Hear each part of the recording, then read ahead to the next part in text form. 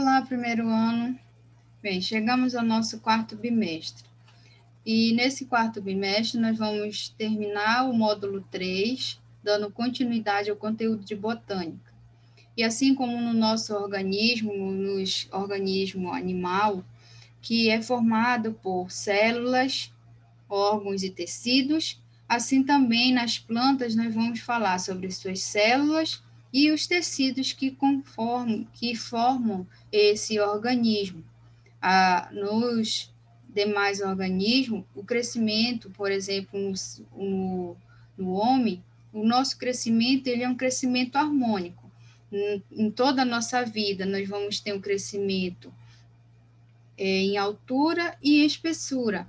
Já nas plantas, elas vão ter um desenvolvimento ao longo da sua vida, na maioria do tempo, elas vão estar fazendo seu desenvolvimento para o crescimento em comprimento, e numa última fase da vida, ela vai ter o seu crescimento em espessura. Mas, assim como nos animais, ela também é formada por tecidos. E nessa videoaula de hoje, nós vamos falar sobre a questão da histologia vegetal.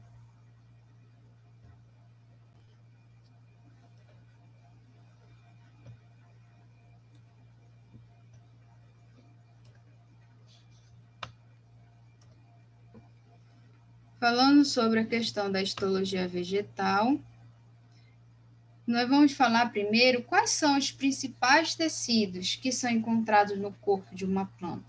Quais são esses tecidos? Nós vamos ter o tecido meristemático, que é chamado também de tecido embrionário, que é na fase de crescimento dessa planta.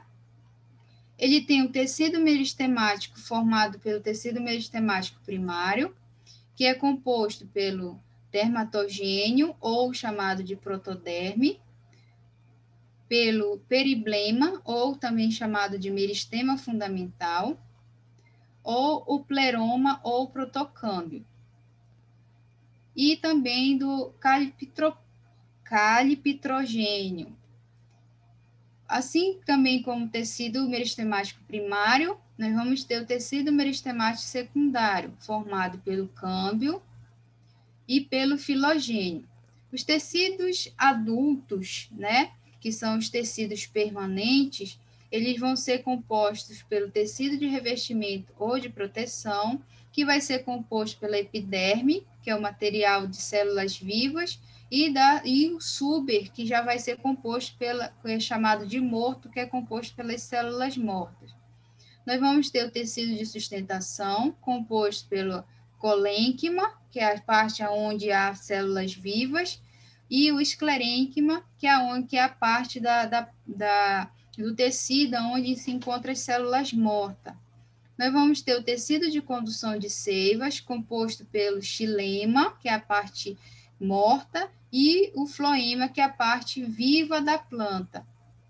Assim também como nós vamos falar do tecido de preenchimento, ou também chamado de parênquimas, é o tecido parênquima clorofiliano, composto por células de clorofila, parênquima amilífero ou de reserva, parênquima aerífero e parênquima aquífero. Então, as plantas, elas são compostas por esses dois tipos de tecidos, tecido meristemático ou embrionário e o tecido adulto ou tecido permanente. E cada um deles nós vamos ver agora a seguir.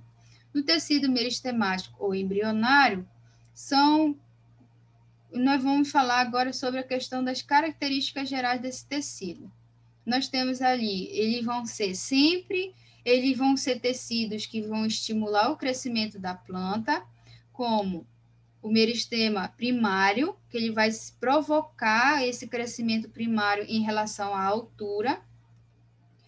O meristema secundário, que ele vai provocar o crescimento secundário, ou seja, o crescimento em relação à espessura. Então, esses tecidos meristemáticos ou tecido embrionário, eles vão estimular os crescimentos relacionados às plantas. O primário vai estar relacionado ao crescimento da altura, por isso que ele é primário, porque cresce primeiro a altura, e o secundário, que vai ser o crescimento da espessura, que é o segundo crescimento da planta. Nós vamos ter as células, que são diferenciadas ou chamadas de totipotentes. Elas são chamadas de totipotentes porque elas vão formar outros tecidos, principalmente os tecidos adultos ou permanentes. Por exemplo, como o câmbio, que ele vai ser formado pelo xilema e pelo floema. Nós vamos ter o filogênio, que vai ser formado pelo sub e pela filoderme. Aí também nós vamos ter o periblema, ou meristema fundamental, que vai ser composto pelos tecidos de sustentação e pelo tecido de preenchimento. E vamos ter também o pleroma ou o procâmbio, que vai ser composto pelo câmbio, e o dermatogênio ou protoderme, que vai ser composto pela epiderme. Ele vai ter também o tecido meristemático, ele tem as suas células sempre, elas estão sofrendo mitose, então, como ele é um tecido embrionário que está relacionado com a questão do crescimento da planta, então essas células vão estar em constante metabolismo, onde elas vão sofrer vários processos de mitose, então elas vão estar se multiplicando, então por isso que ele é um tecido meristemático embrionário, então ele vai estar relacionado com essas células vão sofrer esse processo de mitose, então ela vai ter nesse tecido, essas células vão estar em constante crescimento e desenvolvimento e também metabolismo. Aqui nós temos a imagem de uma raiz, onde nós temos a coifa. Aí nessa imagem ampliada nós temos uma célula meristemática. Nessa célula nós vamos ter um núcleo volumoso, que ele vai estar em um tamanho maior. Nós vamos ter um vacúolo pequeno, e também uma parede celular delgada, ou seja, uma parede celular mais fina. E aí essa célula, conforme o crescimento, ela vai sofrendo a diferenciação.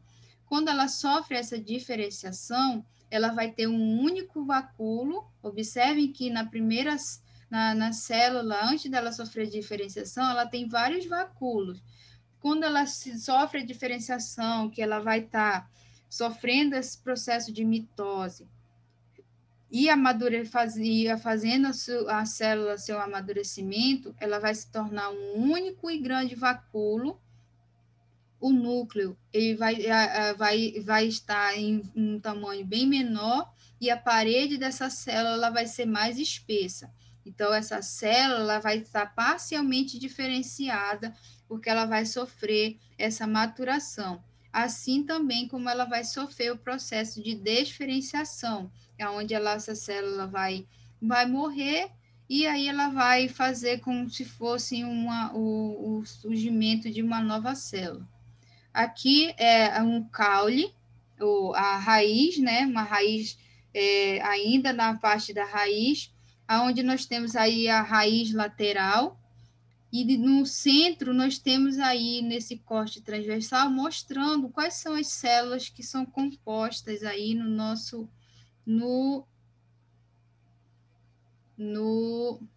nessa raiz.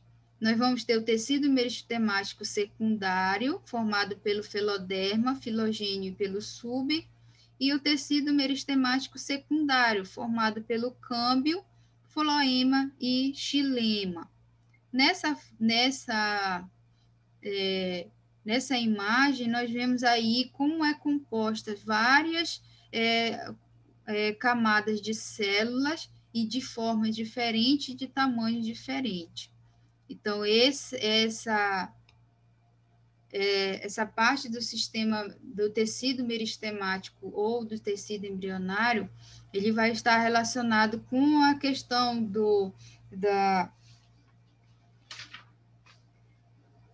das gemas, tanto apical como as gemas lateral, né? As gemas apicais, elas vão estar relacionadas à questão das terminações da planta, que é chamado de broto. E as gemas laterais é onde vão estar surgindo aí os galhos, os ramos. Aí na nossa imagem, nós vemos aí um corte transversal. Aí nós vamos ter a imagem do protocâmbio, a protoderme, o meristema fundamental e aí a imagem dessa protoderme. Aqui nós vamos ter os xilemas e o floema, são todos essas camadas que estão relacionadas na parte da gemas apicais dessa planta.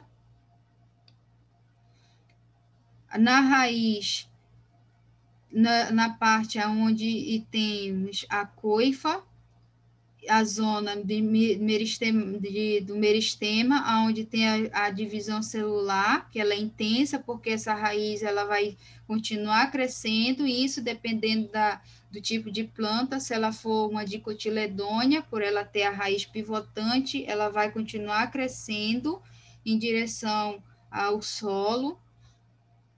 Vai ter a zona, né, de alongamento, que é onde existem essas células, que elas vão aumentar, né, de comprimento para promover o crescimento dessa raiz, e os pelos radiculares que vão aumentar a área de absorção da área tanto de água quanto de sais minerais.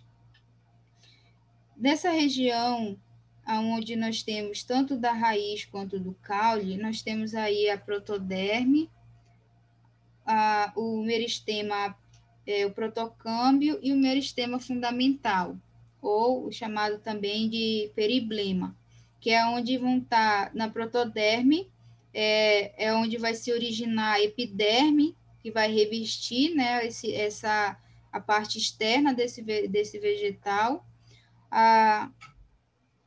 O meristema fundamental, a periblema, que é onde vai ser produzido os tecidos responsáveis tanto pela sustentação, pela fotossíntese ou pelo armazenamento de outra substância. O protocâmbio ou plorema,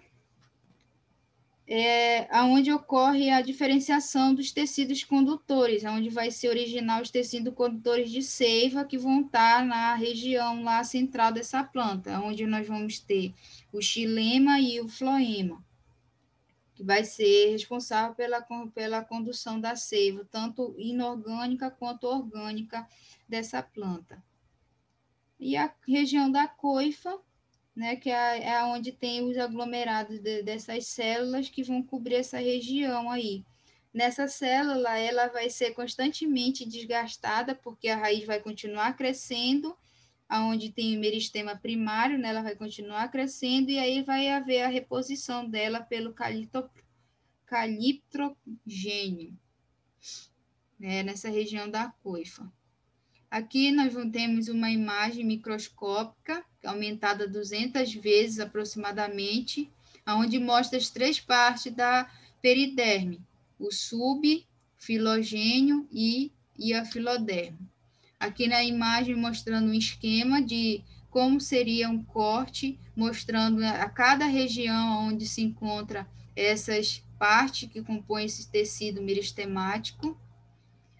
E lá no nosso livro didático, tem uma atividade relacionada ao assunto sobre tecidos meristemáticos na página 555. Fazer atividade somente do praticando.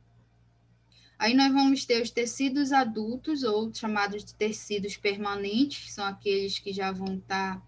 Nós vamos ter, nesses tecidos adultos, tecido de revestimento ou de proteção, aonde nós vamos ter a epiderme, que é a região viva da planta, e o súber, que é a região morta ou de células mortas. Nós vamos ter os tecidos de sustentação, aonde nós vamos ter o colênquima, que é a parte viva, e o esclerênquima, que é a parte morta. Tecido de condução de seiva, que é o xilema, parte morta da região da planta, e a parte do floema, que é a parte viva, que é a parte onde ocorre a divisão das células. E assim nós temos também o tecido de preenchimento ou parênquima, composto pelo parênquima clorofilado, o amilífero de reserva, o aerífero e o aquífero. No tecido de adulto, de revestimento e proteção, nós vamos ter a epiderme, que ela é formada apenas por uma única camada de célula viva. Ela vai ter nas suas células, elas vão ser aclorofiladas, então elas vão, nessas células da epiderme, vai conter ali os pigmentos de clorofila, cloroplastos, núcleos de clorofila, aonde vai fazer a questão do processo também da fotossíntese. Nós vamos ter o revestimento das folhas e das partes mais jovens dessa planta, aparecendo também nas zonas pelíferas da raiz, então essa região de revestimento e proteção está também na parte da raiz dessa planta. Os anexos mais importantes são os estômatos, os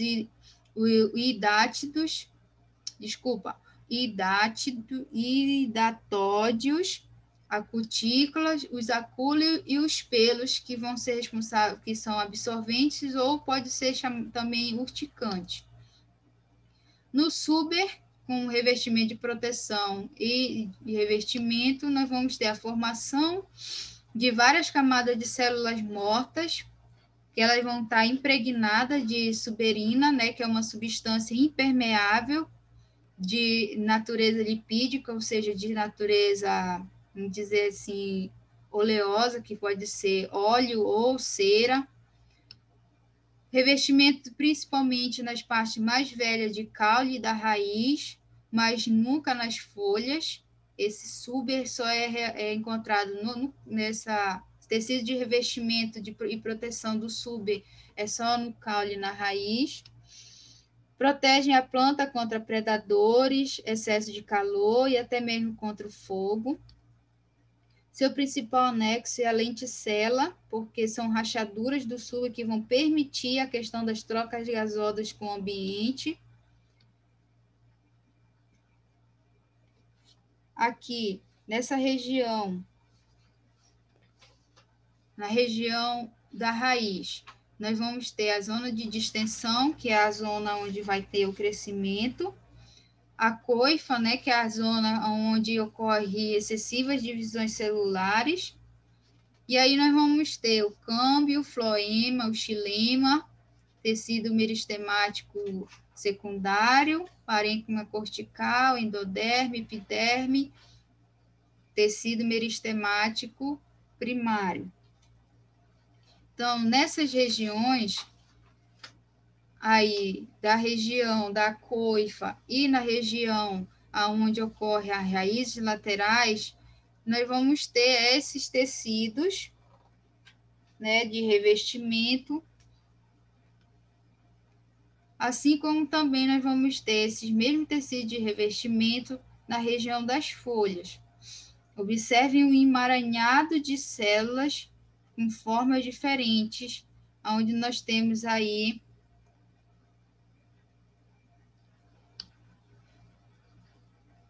nas folhas os principais estruturas, como, por exemplo, os estômatos.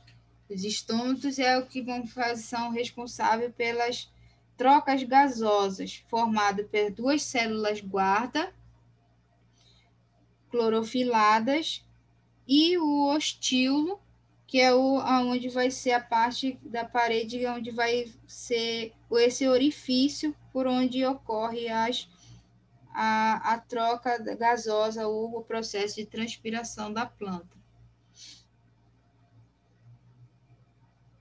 Esses anexos, como o estômato, são responsáveis tanto pela respiração como pela fotossíntese da planta, fazendo o controle da transpiração dessa planta. Aí na imagem nós vemos a epiderme superior, nós temos as células que formam o parênquima palissádico, as células que formam o parênquima lacunoso e o estômago. Normalmente, a maioria das plantas, os seus estômatos estão na parte inferior da folha, ou seja, na parte de baixo. E algumas plantas apresentam estômago tanto na parte superior quanto na inferior, outras só na parte superior. Aí nós temos aí uma imagem dos estômatos, que são esses anexos, né? Que aí vão ter célula guarda, o reforço e o ostíolo, que é para onde ocorre a respiração, transpiração e a fotossíntese também, pela presença das moléculas de clorofila, e a lenticela, que vai ser essas rachaduras do sub. Essas lenticelas a gente vê muito presente em caules de árvores bem mais maduras, é tipo um rompimento nessa casca desse caule, que é por onde essa planta faz as suas trocas gasosas. Aí nós vamos ter aqui em algumas plantas o estômago de forma modificada, que é onde algumas plantas elas se adaptaram ao excesso de água na forma líquida, ela transfere essa eliminação desse excesso de água em forma de gotinha. Isso ocorre muito em plantas de ambientes muito úmidos, com excesso de umidade. Então, como ela não consegue eliminar esse excesso de água pelo processo de respiração ou transpiração ou pela fotossíntese, então essas plantas adaptaram essas estruturas, modificaram essas estruturas, esses anexos, como os estômagos, para que ele fosse adaptado para perder esse excesso de água em forma de gotículas, como a gente está vendo na imagem. Aí temos também aí os acúleos, né? Os pelos e acúleos. Esses pelos, eles vão estar relacionados tanto na parte das folhas, como também nas raízes das plantas.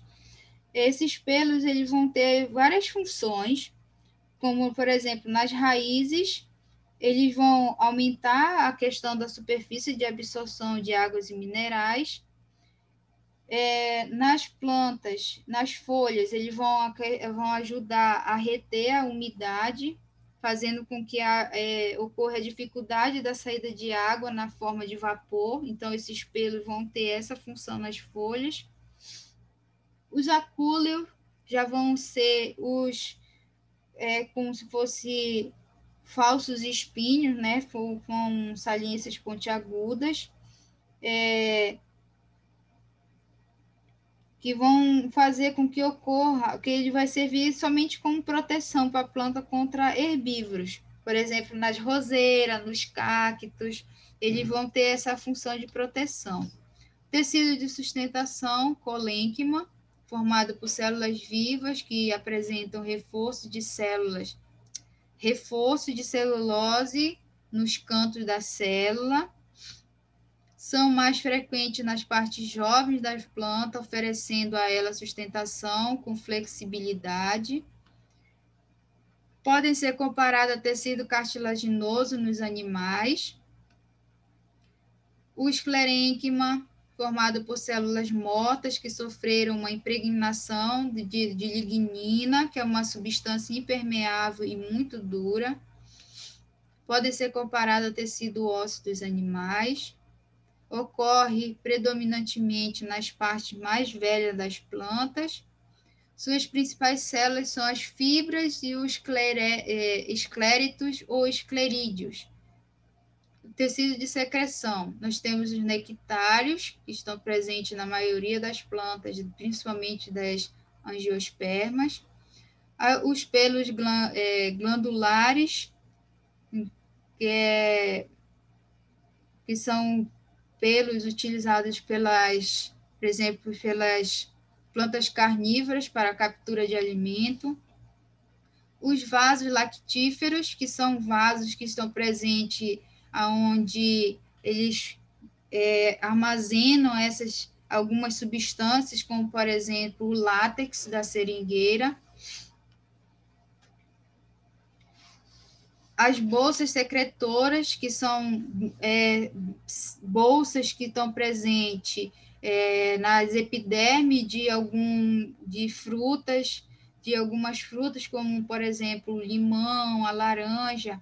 Quando você descasca, começa a descascar, você começa a sentir o odor, o cheiro, né, da fruta. São essas bolsas secretoras que estão acumuladas com essas substâncias odoríferas. Glândulas de sal, que são estruturas adaptadas para plantas onde estão submetidas a ambientes com alta salinidade. Então, com a forma com que essa planta consegue manter esse equilíbrio desses sais que estão no ambiente e como ela consegue absorver desse ambiente, ela elimina esse sal em excesso através dessas glândulas de sal. Essas glândulas de sal são presentes muito em plantas costeiras, em plantas de mangue. Os canais resiníferos, que algumas plantas, dentro do seu caule, ele consegue ter esses canais que armazenam resina. E datóides, que são essas estruturas que vão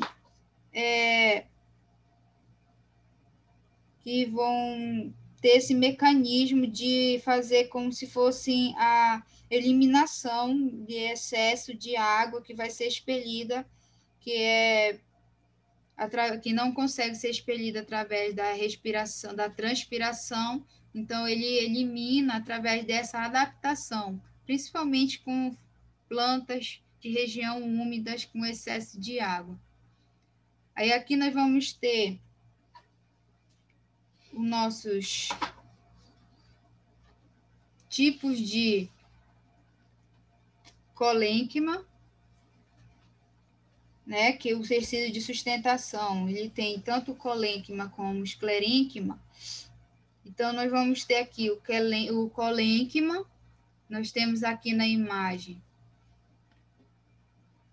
o colênquima angular, que ele vai formar esses ângulos nessas células, né? Tanto em forma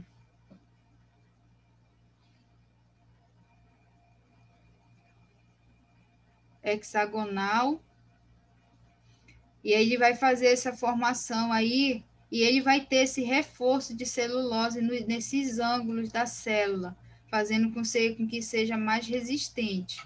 Aí nós temos aqui nas imagens microscópica um colênquima angular, o colênquima lamelar, que a célula ela é mais comprida, mais achatada, e o lacunar, que é onde ele vai ter esses espaços entre as células. Aí o esclerênquima ele vai ter essas fibras, que ela vai ter essa parede reforçada, formar esses feixes de células agrupadas e alongadas, que vão sempre ser encontradas na parte central da planta, próxima de vasos condutores. E as células que vão ser as mais rígidas, que é as células do lume, que é onde vai dar mais sustentação e proteção na questão dos embrião, por exemplo, no caroço de azeitona, ou na textura áspera de algumas peças, de algumas estruturas vegetais, como, por exemplo, a casca da noz. Aí vai ter, e esse reforço do lumen, que é dado na esclerênquima, é dado pela lignina. Tecido de condução de seiva, de transporte de seiva, o xilema, ou chamado de lenhoso.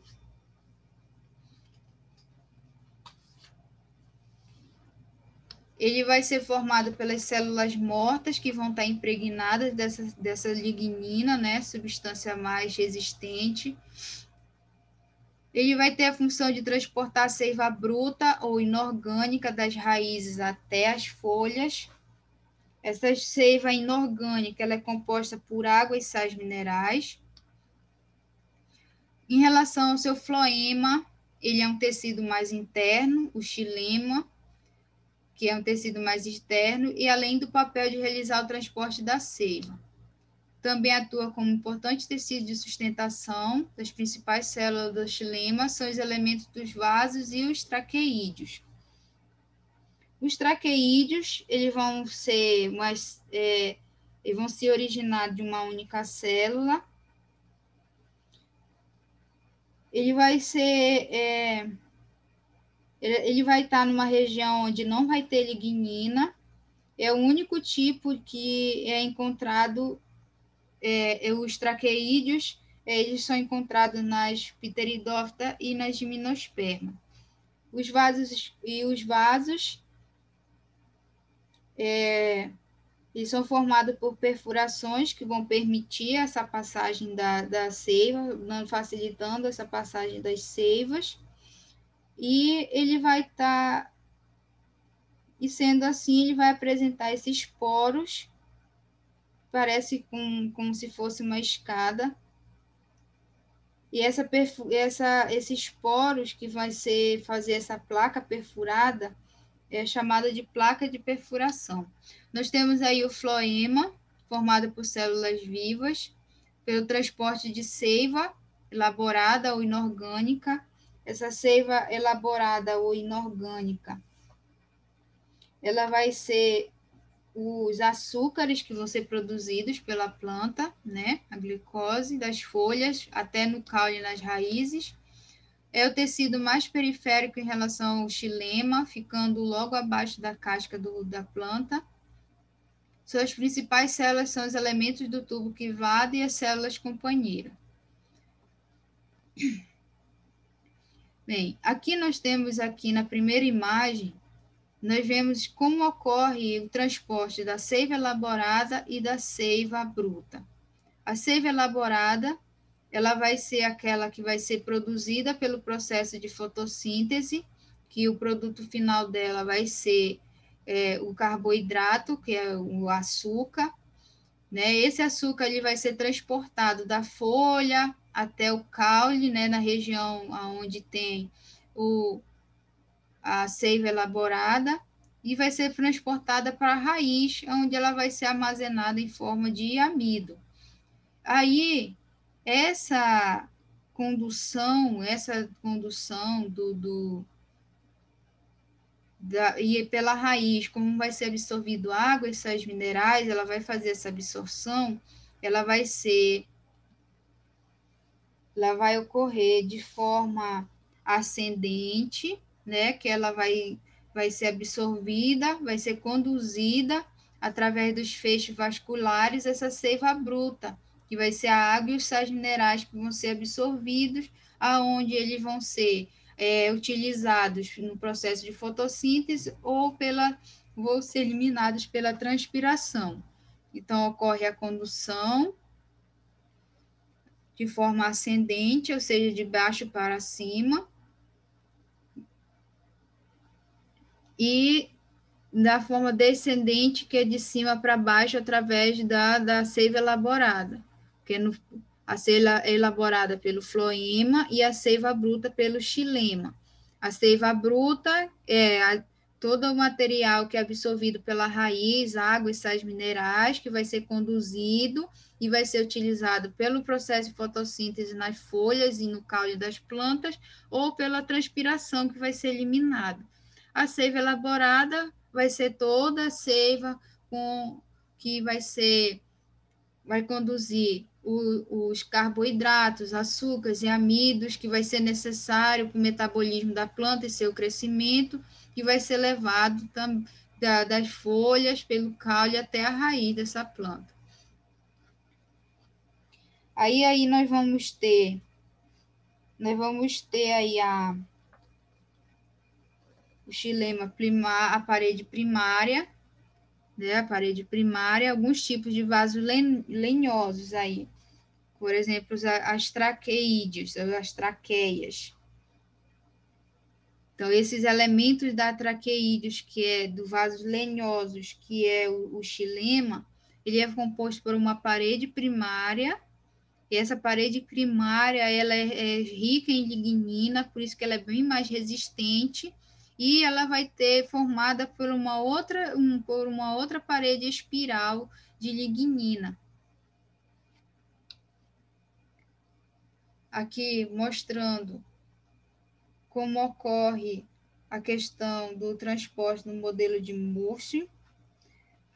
Nesse modelo de Murphy, nós vamos ter aqui a placa crivada. Nessa placa crivada, nós vamos observar que na folha, a fotossíntese ela vai fazer o processo de fixação do carbono, a quebra da molécula da água, produção de carboidratos, que são os açúcares, amidos e aminoácidos, e aí ele vai ser liberado, né, pelos vasos condutores, fazendo a seiva elaborada. Essa seiva elaborada, ela vai ser utilizada lá na raiz, como reserva pelo processo de respiração, do metabolismo das células, ou como ser utilizada como reserva de amido. E aí, toda a água que é absorvida, ela vai ser absorvida e vai ser levada pelo xilema, né, como seiva bruta, que vai ser utilizada tanto no processo de fotossíntese como na respiração. E essas células que vão estar compostas, todas presentes no túbulo crivado. O floema, ele vai ter essa estrutura. Dentro da estrutura da célula da planta, vai ter essa estrutura, onde nós vamos ter aí as células companheiras. Essas células companheiras, elas vão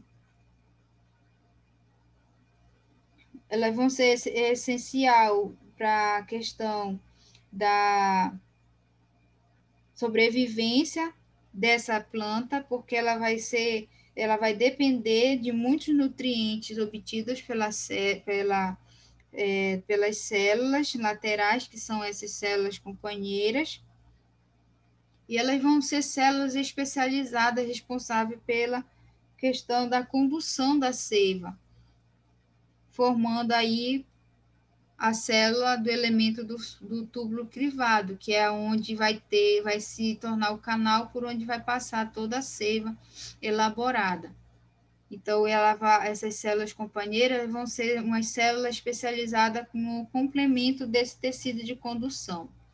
Aí a placa crivada, essa placa crivada, ela vai ser como se fosse uma parede transversal, onde ela vai ter uma série de orifícios que vão se comunicar, e nessas regiões, esses poros que são maiores, eles vão ser regiões que essas células chamadas de placa crivada.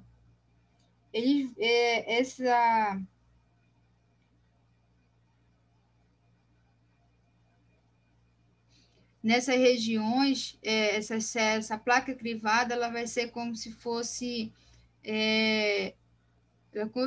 uma válvula de controle para fazer com que ocorra a contenção dessa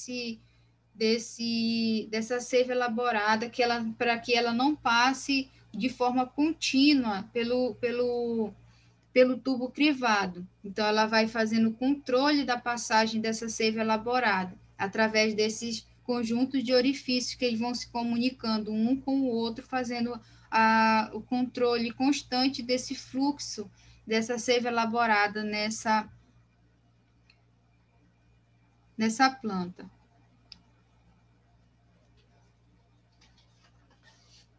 Aí nós chegamos no anel de Malfig.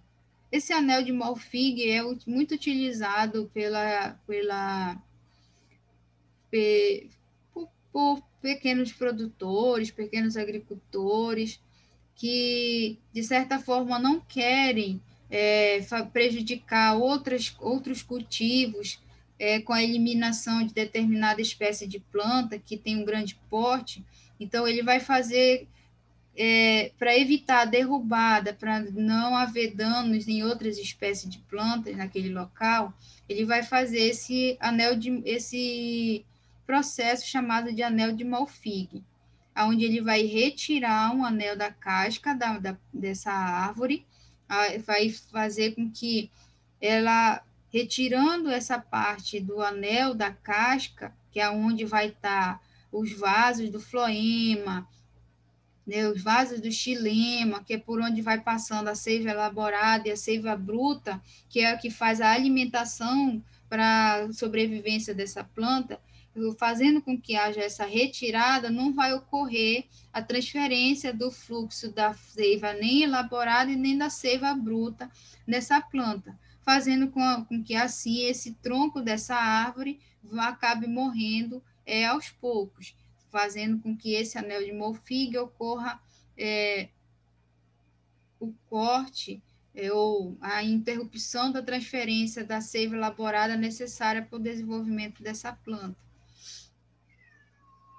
Aí aqui é mais um esquema, novamente, mostrando para vocês a seiva elaborada, né, a célula produtora de glicídios, por exemplo, uma folha, a célula de uma folha, aí nela vai ter uma célula companheira, onde ela vai transferir, fazer suporte para que essa célula protetora faça o transporte da seiva elaborada através do tubo crivado, e essa seiva elaborada, ela vai passando pela essa placa crivada, pelos seus orifícios, vai se comunicando, vai sendo transferida aí para a célula consumidora, que vai ser a célula de glicídio.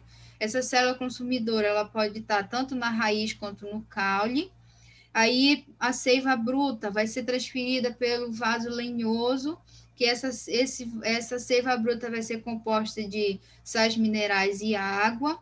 Essa água, que esse fluxo de água que vai passar também tanto pelo tubo crivado como pelo vaso lenhoso, ele vai ser utilizado para questão da transpiração e para o processo da fotossíntese da planta. Tecido de preenchimento ou de parênquima, nós vamos ter o tecido clorofiliano, que vai realizar a fotossíntese, por isso mais abundante nas folhas e nos caule verde.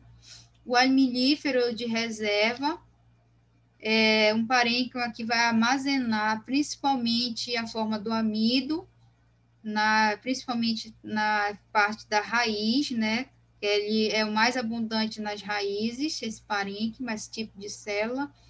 O aerífero,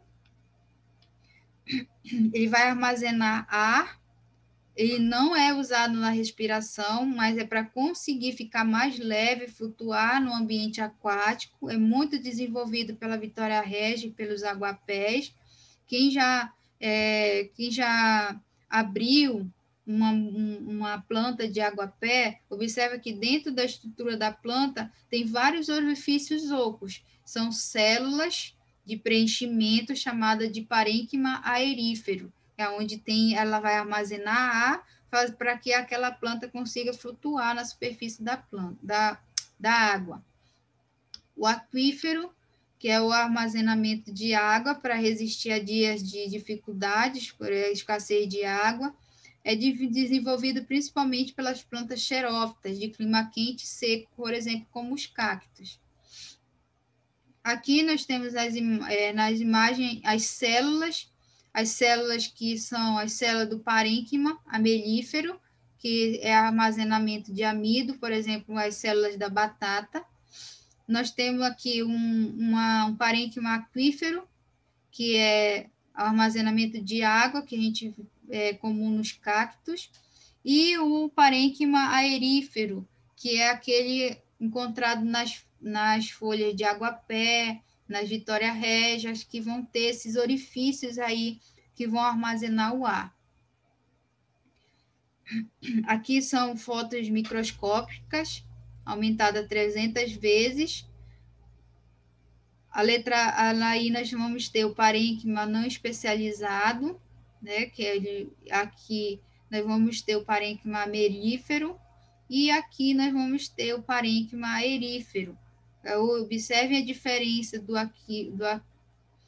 do parênquima melífero, onde armazena o amido, e do aerífero, onde ele armazena o ar. Ele tem uma estrutura bem maior para que ele possa, quanto mais ar ele consiga armazenar, para que essa planta consiga flutuar.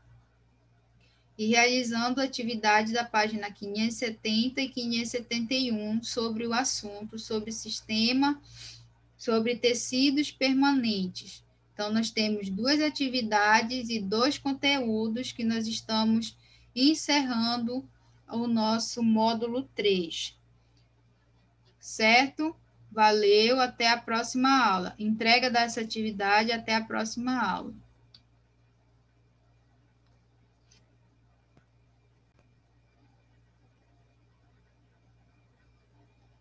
Então, aqui termina a nossa aula de hoje, pessoal. E aí vocês realizem a atividade da página 555, 570 e 571.